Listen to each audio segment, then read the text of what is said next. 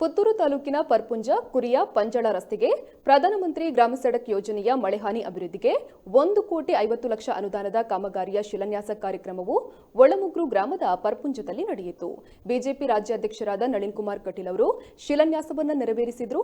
ಇನ್ನು ಕಾರ್ಯಕ್ರಮದಲ್ಲಿ ಪುತ್ತೂರು ಶಾಸಕ ಸಂಜೀವ ಮಟ್ಟಂದೂರು, ದಕ್ಷಿಣ ಕನ್ನಡ ಜಿಲ್ಲಾ ಪಂಚಾಯತ್ನ ಅಧ್ಯಕ್ಷರಾದ ಮೀನಾಕ್ಷಿ ಶಾಂತಿಗೋಡು, ತಾಲೂಕು ಪಂಚಾಯತ್ನ ಅಧ್ಯಕ್ಷರಾದ ರಾಧಾಕೃಷ್ಣ ಬೋರ್ಕರ್, ಸಾಜಾ ರಾಧಾಕೃಷ್ಣ ಆಳ್ವ, ಎಪಿಎಂಸಿಯ ಮಾಜಿ ಅಧ್ಯಕ್ಷ ಬುಡಿಯಾರು ರಾಧಾಕೃಷ್ಣ ರೈ ಸೇರಿದಂತೆ ಅನೇಕರು ಉಪಸ್ಥಿತರಿದ್ದರು.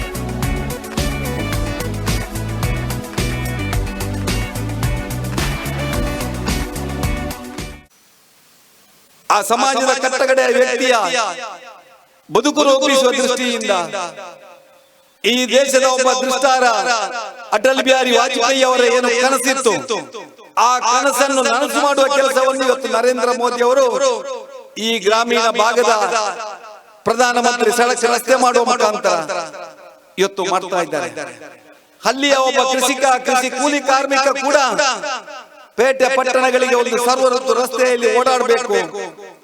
ಆ ರಸ್ತೆ 364 ದಿವಸವೂ ವಾಹನ ಯೋಗಿಗೆ ರಸ್ತೆ ಆಗಬೇಕು ಎನ್ನುವಂತ ದೃಷ್ಟಿಯಿಂದ ಇವತ್ತು ಈ ಗ್ರಾಮೀಣ ಭಾಗಕ್ಕೆ ವಿಶೇಷವಾಗಿ ಒಂದು ವರ್ಷದಲ್ಲಿ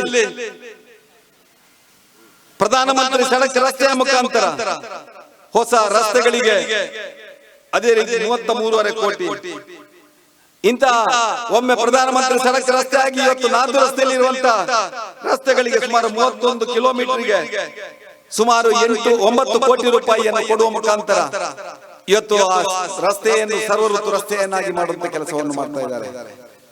ಇವತ್ತು ಕೇಂದ್ರ ಸರ್ಕಾರದ ಯೋಜನೆಗಳು ನೇರವಾಗಿ ಒಬ್ಬ ಸಾಮಾನ್ಯ ಜನರಿಗೆ ತಲುಪಬೇಕು, ಆ ಪಂಚಾಯಿತಿಗೆ 100ಕ್ಕೆ 100 ಅನುದಾನ ವಿನಿಯೋಗ ಆಗಬೇಕು ಅನ್ನೋ ದೃಷ್ಟಿಯಿಂದ ಇವತ್ತು ಕೇಂದ್ರ ಸರ್ಕಾರ ನರೇಗಾ ಇರಬಹುದು, 15ನೇ ಹಣಕಾಸು ಇರಬಹುದು, ಸ್ವಚ್ಛ ಮಿಷನ್ ಇರಬಹುದು, ಸ್ವಚ್ಛ ಭಾರತ್ ಮಿಷನ್ ಇರಬಹುದು, ಜಲ್ ಜೀವನ್ ಮಿಷನ್ ಇರಬಹುದು, ಹೀಗೆ 10 ಕಾರ್ಯಕ್ರಮದ ಮುಖಾಂತರ ಇವತ್ತು ಅನುದಾನ ಕೊಟ್ಟು ಆ ಗ್ರಾಮೀಣ ಭಾಗದ ಜನರಿಗೆ ಇವತ್ತು ಬದುಕು ಕೊಡುವ ಕೆಲಸವನ್ನು ಮಾಡ್ತಾ ಇದೆ. ಯಡಿಯೂರಪ್ಪ ಸರ್ಕಾರ ಬಂದ ಮೇಲೆ ಬಹುಶಃ ನಾನು ಉಲ್ಲೇಖ ಮಾಡಲೇಬೇಕು, ಈ ಭಾಗದ ರೈತಾಪಿ ವರ್ಗದ ಜನ ಬಹುಶಃ ನಮ್ಮ ಸಾಲ ಮನ್ನಾ ಆಗುತ್ತದೆ ಅಂತ ಹೇಳಿ ಕಾದು ಕೂತಿದ್ರು. ಯಡಿಯೂರಪ್ಪ ಬಂದ ಮೇಲೆ ದಕ್ಷಿಣ ಕನ್ನಡ ಜಿಲ್ಲೆಗೆ 118 ಕೋಟಿ ರೂಪಾಯಿ ಸಾಲ ಮನ್ನಾ ಮಾಡುವ ನಮಗೆ ಯಾವ ಯಾವ ರಸ್ತೆಗಳು ಎಲ್ಲೆಲ್ಲಿ ಬಾಕಿ ಇದೆ ಇದೆಲ್ಲ ಗೊತ್ತಿರುವುದಿಲ್ಲ. ಆದ್ರೆ ಸನ್ಮಾನ್ಯ ಸಂಜೀವ ಮಠಂದೂರ್ ಅವರು ನಮಗೆ ಇಂಥ ರಸ್ತೆಗಳಿಗೆ ಅನುದಾನಗಳು ಬೇಕು ಅಂತ ಬೆನ್ನು ತಾಕ್ತಾರೆ. ನಾನು ಈಗ ಒಂದು ಕಡೆ ಹೇಳಿದೆ, ನಾನು ಬೆಂಗಳೂರಲ್ಲಿ ಇರ್ತೇನೆ ಈಗ ಅತಿ ಹೆಚ್ಚು ಸಮಯ, ರಾಜ್ಯದ ಅಧ್ಯಕ್ಷನಾದ ನೆಲೆಯಲ್ಲಿ.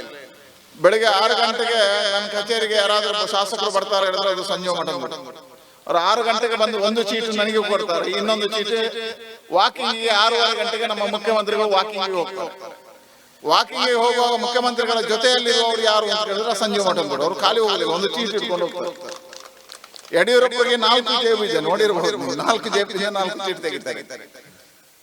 ಅಷ್ಟೇ ಚೀಟು, ಅದಕ್ಕಿಂತ ಚೀಟು ಯಾರ ಹತ್ರ ಹೆಚ್ಚೆ ಇದ್ರೆ ಅದು ಸಂಜೀವ ಮಠಂದೂರ್ ಹತ್ರ ಎಲ್ಲಾ ಅಭಿವೃದ್ಧಿ ಚೀಟುಗಳು. ಹಾಗಾಗಿ ನಾನು ಹೇಳಲಿಕ್ಕೆ ಮೊನ್ನೆ ಮುಖ್ಯಮಂತ್ರಿಗಳಿಗೆ ಹೇಳಿದೆ, ನೀವು ಸಂಜೀವ ಮಠಂದೂರ್ ಅವರ ಮುಖ ನೋಡಿದ್ರೆ ಎಲ್ಲದಕ್ಕೂ ಪಾಸ್ ಪಾಸ್ ಪಾಸ್ ಹೇಳ್ತೀರಿ. ನಮ್ಮ ಜಿಲ್ಲೆಯಲ್ಲಿ ಇನ್ನೂ 7 ಶಾಸಕರಿದ್ದಾರೆ, ಅವರು ನಮ್ಮನ್ನು ಗಟ್ಟಿ ಹಿಡ್ಕೊತಾರೆ.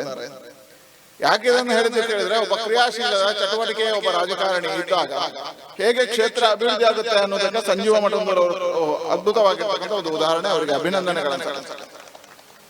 ಒಬ್ಬ ಕವಿ ಬಹಳ ಚೆನ್ನಾಗಿ ಬರೀತಾನೆ, ನುಡಿದಂತೆ ನಡೆದವನ ಅಡಿಗೆನ್ನ ನಮನ.